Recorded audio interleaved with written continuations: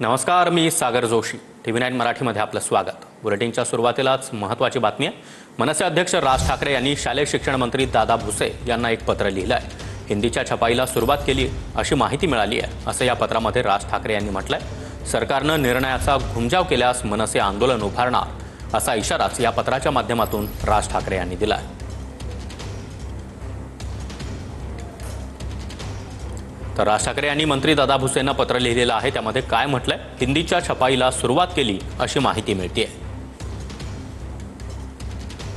सरकारनं निर्णयाचा बद्दल घुमजाव केल्यास मनसे आंदोलन करणार.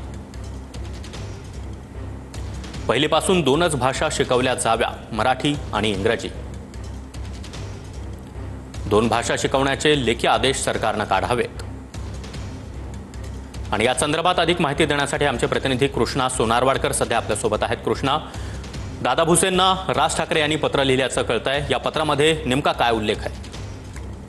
सागर, आपण पाहतो की मनसे अध्यक्ष राज ठाकरे यांनी शालेय शिक्षण मंत्री दादा भुसे यांना हे पत्र लिहिलेलं आहे. आणि सरकारनं जो निर्णय घेतलेला होता की इयत्ता पहिलीपासून हिंदी भाषा सक्तीची असणार नाही, त्याच निर्णयाला कुठेतरी घुमजाव सरकार देत आहे का, हा एक प्रश्न जो उपस्थित केलेला या पत्राच्या माध्यमातून. त्याचबरोबर सरकारला मनसे अध्यक्ष राज ठाकरे यांनी इशारा सुद्धा दिलेला आहे.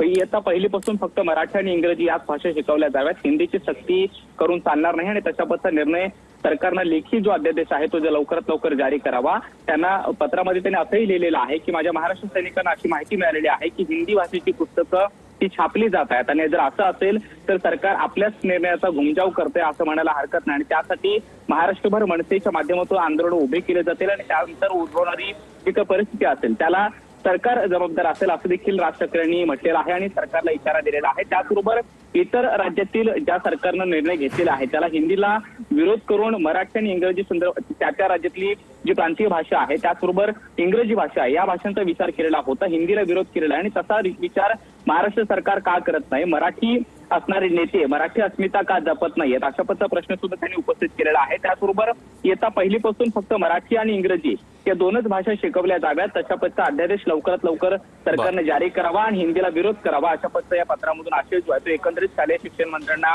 मनसे अध्यक्ष राज ठाकरे यांनी पाठवलेला पाहायला मिळतो आहे. त्यामुळे सरकार या पत्रानंतर काय विचार करतं किंवा काय भूमिका घेतं हे पाहणं महत्त्वाचं असणार आहे. नक्कीच कृष्णा, धन्यवाद या माहितीसाठी.